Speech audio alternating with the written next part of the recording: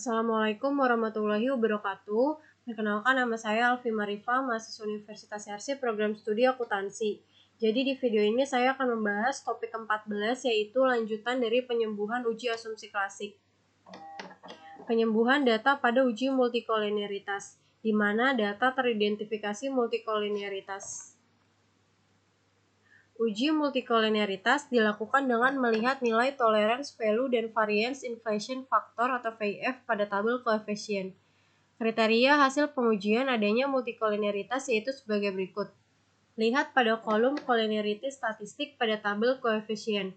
Yang pertama, jika nilai tolerance value itu lebih kecil daripada 0,1 atau VIF-nya itu lebih besar daripada 10, maka terjadi multikolinearitas. Namun sebaliknya, jika tolerance value-nya itu lebih besar daripada 0,1 atau VIF-nya itu kurang dari 10, maka data tersebut tidak terjadi multikolinearitas. Faktor yang mengidentifikasikan gejala multikolinearitas dalam model regresi yaitu suatu keadaan di mana data menunjukkan kolerasi linear yang perfect di antara variabel penjelas yang dimasukkan ke dalam model regresi. Akibatnya, nilai yang dihasilkan tidak dapat dipastikan nilainya. Solusi alternatif untuk mengatasi gejala multikolinearitas dalam model regresi. Yang pertama, melakukan alternatif uji lain untuk mendeteksi gejala multikolinearitas dalam model regresi seperti uji korelasi. Yang kedua, melakukan transformasi data seperti ln, log, lag, dan lain-lain. Yang ketiga, mengeluarkan variabel yang berkorelasi tinggi. Yang keempat, melakukan outlier terhadap data ekstrim atau jika diperlukan maka boleh menambah sampel baru supaya sebaran data menjadi lebih bervariasi. Penyembuhan data pada uji normalitas, di mana data tidak terdistribusi normal. Faktor-faktor yang mengidentifikasikan data tidak normal adalah sebagai berikut. Yang pertama, terdapat data ekstrim atau data yang melebihi nilai maksimum atau ambang batas. Yang kedua, terdapat data yang bertumpuk. Harusnya data tersebut harus menyebar. Yang ketiga, nilai mendekati 0. Ini merupakan jenis-jenis grafik histogram transformasi data tidak normal, di mana di sini condong ke kiri, lalu ini menjorok ke atas ke kiri, lalu menjorok ke bawah ke kiri, lalu menjulang ke kanan, lalu ke atas kanan, dan ke bawah kanan. Solusi alternatif untuk mengatasi gejala data yang tidak normal dalam model regresi.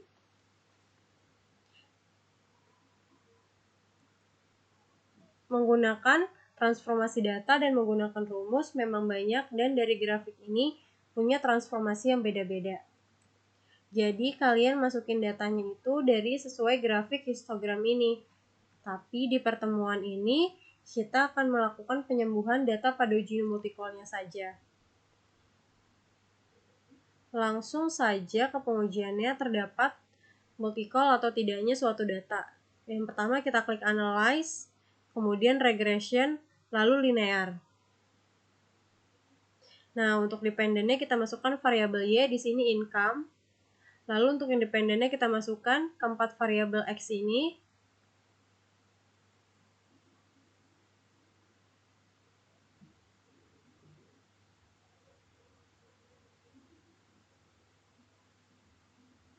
Kemudian di statistiknya, untuk estimate model fit dan kita tambahkan collinearity diagnostic.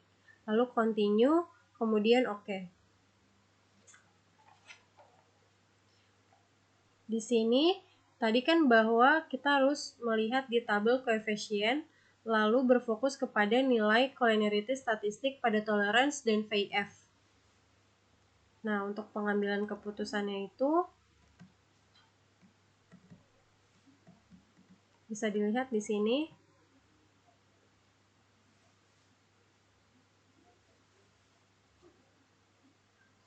Nah, untuk earn wealth experience X, kita bisa lihat bahwa di VIF-nya ini ada data yang lebih dari 10.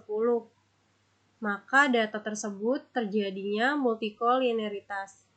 Nah, kita harus menyembuhkan data tersebut dengan cara mengeluarkan variabel yang berkorelasi tinggi. Nah, kan di sini berkorelasi tingginya itu kan variabel experience ya. Jadi kita harus lakukan penyembuhannya dengan cara Kita klik analyze, kemudian regression, lalu linear. Kita harus mengeluarkan independen ini untuk variabel experience. Di sini kita keluarkan, kemudian statistiknya tetap sama, lalu kita klik OK. Nah, kita lihat lagi di tabel coefficient-nya. Bisa dilihat di sini bahwa untuk di VF-nya itu tidak ada lagi data yang lebih dari 10. Nah, di sini untuk earn nilai toleransinya itu 0,577, lalu world-nya itu 0,505, untuk egg-nya itu 0,826. Berarti untuk di toleransi ini udah lebih dari 0,1. Dan untuk VF bisa dilihat earn-nya itu VF-nya itu 1,732, lalu world-nya itu 1,981, egg-nya itu 1,21 yang kurang dari 10. Berarti kita bisa lihat untuk kesimpulannya, jika tolerance value-nya itu lebih besar daripada 0,1 dan VF-nya itu kurang dari 10, maka data tersebut tidak terjadinya multikolinearitas. Karena kita mengeluarkan data yang berkorelasi tinggi, berarti sekarang datanya itu sudah tidak terjadi multikolinearitas. Kan tadi kita mengeluarkan variabel experience ya, karena dia berkorelasi tinggi. Jadi kita lakukan pengujian ulang dari normalitas ke multikol dan uji-uji selanjutnya, karena kita biar tahu datanya itu normal atau tidak. Misalnya seperti yang tadi, dari normalitas lolos, kemudian di multikolnya nggak lolos, maka kita harus pengujian ulang, lalu ke pengujian setelahnya.